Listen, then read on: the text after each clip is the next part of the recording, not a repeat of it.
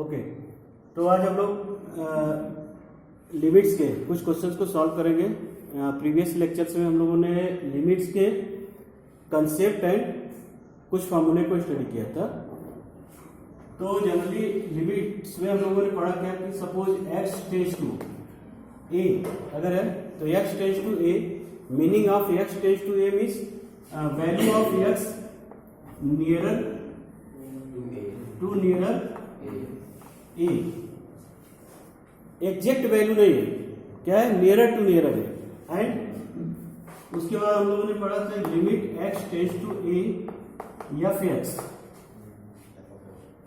तो इसकी वैल्यू जो आएगी सपोज या फिर या एल के फॉर्म में आप लिख सकते हो, लिमिट है तो ये भी क्या होगा, ये nearer to nearer value of F A, exact F A में आई, this is the limit not F A, here right down limit and this value is nearer to nearer value of F A, nearer to nearer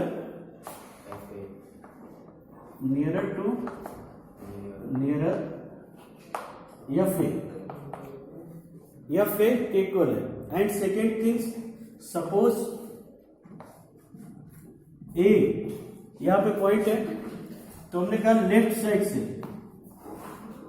and right side से उसके जो है उसको approach करें, right side से और left side से अगर हम पॉइंट ए को अप्रोच करते हैं तो उस केस में हम लोग लिखते थे या लेचर यानी left hand limit, this will be equal to limit x tends to a plus, left side से करें तो a minus, okay, a minus f x.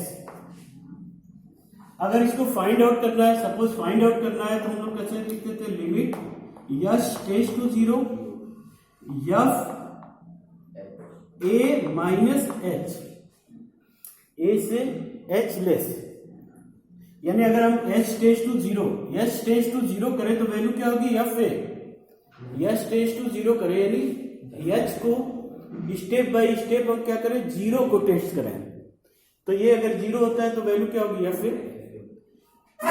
अगर आरएचएस से हम करते हैं आरएचएस तो उसको डिनोट हम लोग करते हैं limit x tends to a plus f x.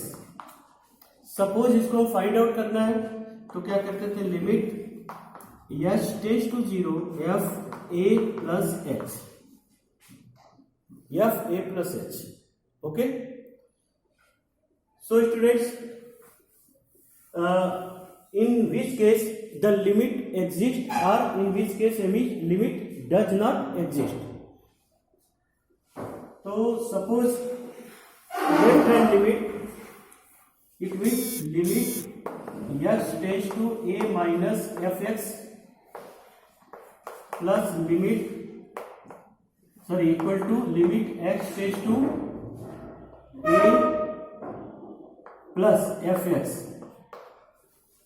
Both limits are equal, so we can say that limit exists at point A. Limit exists for at point A. So in this case, we can write down the limit x tends to A f x, all values of equal to the limit.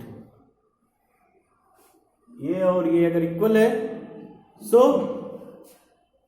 we can find out the limit x tends to a f x, this will be equal to L, यानी सबकी value क्या होगी हमारी L के equal आएगी। अगर ये दो केस है, so on the basis of left hand limit and right hand limit we can say that limit exist. अगर ये इक्वल नहीं है, does not equal, so we can say that limit does not exist. So ये concept था जिसको already हम लोगों ने प्रीवियस लेक्चर्स में स्टडी किया था। So on the basis of the previous concept, we will start our exercise 15 क्या है 13.1, ओके 13.1। तो ईच एंड एवरी क्वेश्चन हम लोग ट्राई करेंगे कि सॉल्व हो जाए। Now see the question number 1। Question number 1 में हमारा गिवन है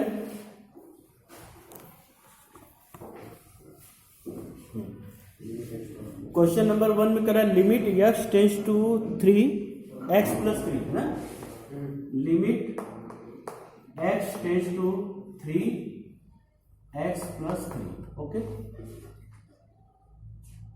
so we know that this is the continuous algebraic function है, ये ऑलरेडी कंटिन्यूस है, नॉट इन द 0/0 फॉर्म. तो लिमिट में हम लोग कहते हैं कि अगर 0/0 फॉर्म, इंफिनिटी इंटू इंफिनिटी इस तरह के फॉर्म होते हैं तो क्या करेंगे, हम डायरेक्टली x की वैल्यू को पुट नहीं करेंगे. डायरेक्टली x की वैल्यू को पुट नहीं करेंगे तो क्या करेंगे, उसका फैक्टराइजेशन करेंगे, या तो एल्जेब्रिक फार्मूला अप्लाई करके, ट्रिग्नोमेट्री है तो ट्रिग्नोमेट्री का फार्मूला अप्लाई करके उसको फैक्टराइज करेंगे and then put the value of x. So here directly put the value of x in this case because this is the continuous function. तो ये हो गया हमारा वैल्यू हो गया 3 + 3 this is equal to 6. One step answer है. Now second question. Second question में हमारा दिया हुआ है limit x tends to pi, यही ना है, limit x tends to pi in bracket x minus 22/7. Okay, तो this is not the form of 0/0 form, infinity/infinity form, so directly put the value of x in this relation. So our result is pi minus 22/7. This is answer. Okay, पाई की value आप 22/7 नहीं रखोगे ना, क्योंकि यहाँ ये बोला क्या कि यहाँ पे 22/7 x टेंस टू 22/7.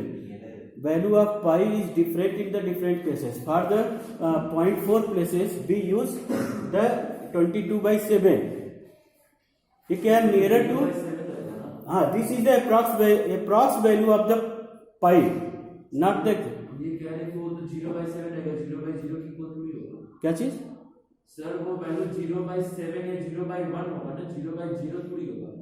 तो 0/0 नहीं, इसीलिए तो मैंने डायरेक्ट वैल्यू पुट किया. नहीं, उसको सॉल्व करने के बाद 0/7. सुनो, पहले यहाँ देखिए, ये जो पाई की वैल्यू है ना, ये पाई की वैल्यू 22/7 के इक्वल हो सकता है ना, हो सकता है ये पाई की वैल्यू डेसिमल के 8 प्लेसेस तक हो. तो डेसिमल के 8 प्लेसेस के लिए वैल्यू पाई की वैल्यू 35 समथिंग करके निकाली जाती है. क्या कंसेप्ट में है, only for finding the 2 या 3 places use the 22/7. this is the approx value of pi for some point. और ये जरूरी नहीं है कि ये 22/7 की ही वैल्यू हो. ओके, ये हो सकता है कि 35 समथिंग, हर पॉइंट के लिए अलग अलग वैल्यूज निकाली गई है. तो इस कारण से यहाँ पे पाई को पाई के फॉर्म में रखेंगे, 22/7 नहीं रखेंगे. नाउ थर्ड क्वेश्चन हमारा है लिमिट x टेंस टू 4 ना, r, limit x tends to r. Okay, limit x tends to r,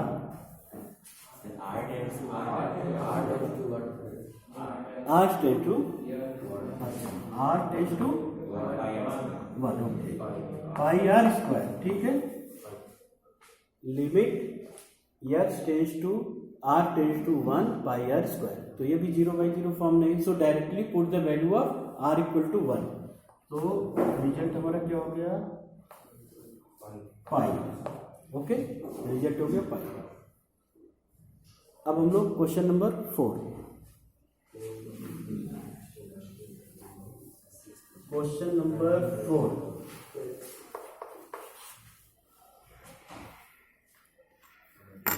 कह रहा है limit x tends to 4, limit x tends to 4, बात नहीं कर रहा, x tends to 4, 4x + 3, 4x + 3 divided by x minus. Okay, तो हमने कहा था कि रेशनल नंबर्स भी हमारे क्या होते थे, कंटिन्यूअस होते थे. फॉर सम केसेस 0/0 होगा तो नहीं होगा कंटिन्यूअस, तो फिर उसको हम फैक्टराइज करेंगे, बट यहाँ पे पुट करें डायरेक्ट वाले तो 0/0 फॉर्म नहीं है, this is not equal to 0/0 form, so directly put the value of x in this case, so 4 into 4 plus 3 divided by 4 into -2 16 17 18 19 होगा 19/2 okay very good. Question number 5 है, असल में हर क्वेश्चंस को हम लोग सॉल्व करते हैं, तो हाँ ये ठीक है, क्वेश्चन थोड़ा डिफिकल्ट नहीं है बट इजी है ना। यस हाँ पे उठा लेते हैं, limit yes tends to 0 right 1 -1 x for 10 plus x for 5 plus 1 divided by x minus 1. Okay, so this is not 0/0 form after putting the value of x is equal to -1, so here directly put the value of x in this relation. So value -1 to the power 10 plus -1 to the power 5 plus 1 divided by -1 this and this cancel, plus and minus, so यहाँ पे क्या होगा even power, तो 1 हुआ 1/-2 यानी -1/2। Okay हो गया। Now let us सी next question, question number 6। ये अच्छा क्वेश्चन है, इस तरह क्वेश्चन एग्जाम में 2 मार्क्स में पूछे जाते हैं। 6 limit x tends to 0 x plus 5 to the power x plus 1 बोलो नहीं divided by x x plus 1 divided by 5। देखो ये कुछ ऐसा है, x to the power n a to the power n divided by x minus 1 अगर हो जाए तो हमारा लिमिट का फॉर्मूला यूज हो सकता है ना। तो इस केस में हमारा क्या था, limit x tends to a, limit x tends to a, but here क्या है x टेंड्स टू 0, तो यहाँ पे इसके इक्वल होना चाहिए x टेंड्स टू 1, तो हमारा फॉर्मूला अप्लाई हो जाता है। तो यहाँ पे हम क्या करेंगे, late x plus 1 equal to y। Okay, so x is equal to y minus 1। If x tends to 0, x tends to 0, so y tends to 1। यहाँ पे 0 पुट करो, x tends to 0 से then y tends to 1। So limit y tends to 1, इसके place पे x plus 1 के place पे हमने क्या लिखा, y to the power 5 minus इस फॉर्म को टेंड्स कराने के लिए क्या लिखेंगे हम लोग, 1 to the power 5 x to the power n minus a to the power n divided by y minus 1। Okay, यहाँ पे शायद a होगा ना, ये रहा होगा, यहाँ तो कोई हमारा। Now here right down formula, यहाँ पे क्या होता था, n a to the power n minus 1, n a to the power n minus 1, so n means क्या है 5, तो 5 1 to the power 5 minus 1, 1 to the power 4, तो वैल्यू क्या हो गई 5। ठीक है, तो इस तरह से फॉर्मूला आप अप्लाई कर सकते हो। Now question number 7। Okay, question number 7, limit x tends to 3x square minus x minus 10 divided by x square minus 4। तो हमने कहा सबसे पहले हम लोग चेक करेंगे क्या ये 0/0 फॉर्म है, तो है this is 0/0 form. So factorize numerator and denominator part. Factorize करेंगे. Limit x tends to 2. Now here apply the splitting middle term. ये 0/0 फॉर्म है. आप रख करके वैल्यू दे दो. ये 4 माइनस 4 0 6 3 2 4 जा 12. फिर यहाँ पे करेंगे 12. तो 12 माइनस 12 0. 0/0 फॉर्म. तो फैक्टराइज किया यहाँ पे.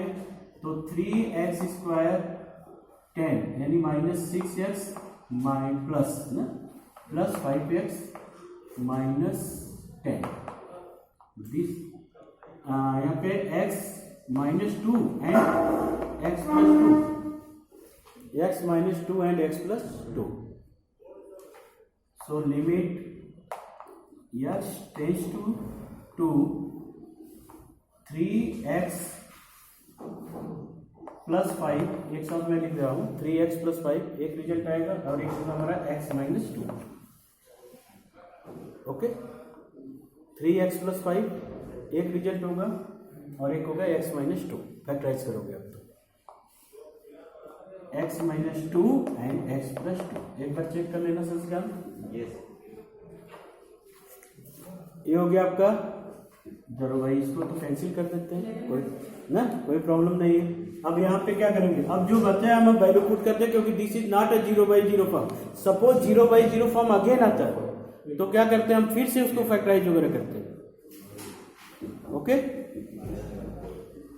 ये हो गया हमारा 11/4. हो गया ना. 3 2 6 5 11/4. तो क्वेश्चन नंबर 8. तो जैसे 0/0 या ∞/∞ फॉर्म्स आती हैं. इसको तो हम डिफरेंशिएट भी सॉल्व कर सकते हैं ना. अब सुनो. इन द बोर्ड एग्जामिनेशन और home examinations do not use the L'Hospital's rule. L'Hospital's rule only for the MCQ we use the L'Hospital's rule. यानी differentiate the numerator and denominator separately and then put the value. But here don't use in the case of a board examination and home examinations.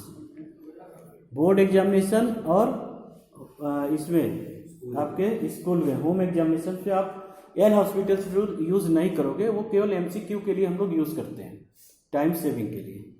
Okay यहाँ total हमारा limit के concept पे question solve होते हैं. हाँ इसी को हम कर देते हैं एल हॉस्पिटल्स रूल में. बता रहा हूँ कहे इतना.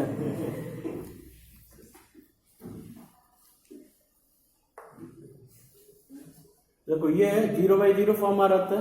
तो अकॉर्डिंग टू एल हॉस्पिटल्स यानी वो मैथमेटिशियन थे उनके नाम पे ये बनाया गया.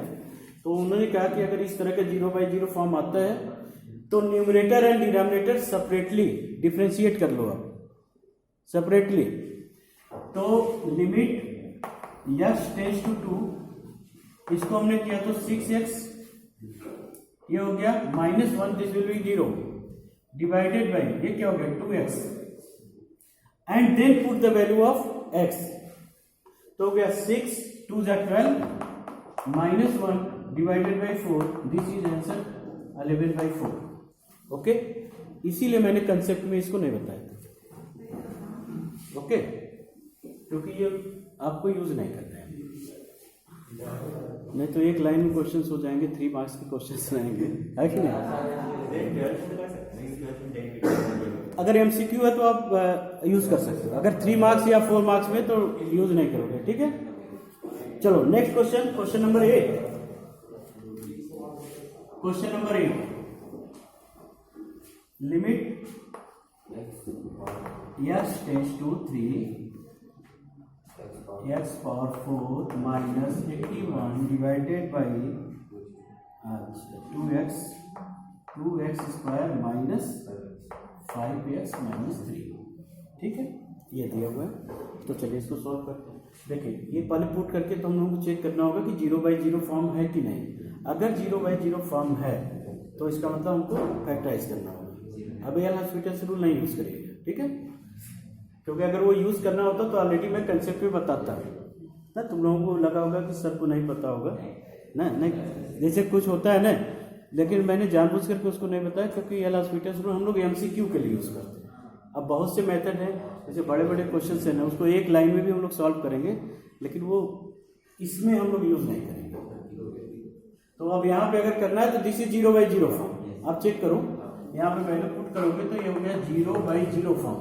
फैक्टराइज करते हैं, लिमिट x टेंड्स टू 3 तो ये हो गया x² -9 एंड x² +9। यहाँ तक तो ठीक है ना? ओके, इसको हम सॉल्व करते हैं। 2x एंड 3x से कम हो जाएगा कि नहीं होगा? एक बार चेक कर लेते हैं। माइनस होगा ना या प्लस हो जाएगा? 6 -1 से होगा, -6 2x² -6x एंड +x -3, इससे कम बनेगा। -2 -3 से नहीं बनेगा ना। तो इसको थोड़ा और फैक्टराइज कर लिया जाए, a + b and a - b। Limit x tends to 3 x + 3 x - 3 x² +9 divided by 2 common हो गया ना, तो हो गया x - 3। तो हम x - 3 लिख देते हैं एंड 2x + 1, ठीक है। इसको और इसको हमने कैंसिल कर दिया। Now put the value of x = 3, तो हो गया कितना 6 और हो गया 9 ना 18 हो गया। ये 3 3 6 9 9 18 ना, और डिवाइडेड बाई 3 2 जा 6 7, मल्टीप्लाई करो। तानिया का कैलकुलेशन तो अच्छा है भाई, ओके। चलिए अब हम लोग क्वेश्चन नंबर 9 राइट डाउन कर लेंगे आप लोग। Okay, now see the question number 9।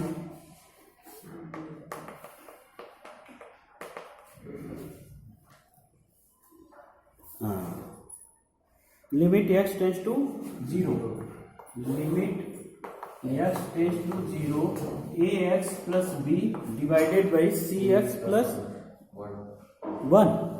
तब तो अभी आसान हो गया ना। Not 0/0 form, so directly put the value of x = 0। तो क्या हो गया? b हो गया आंसर।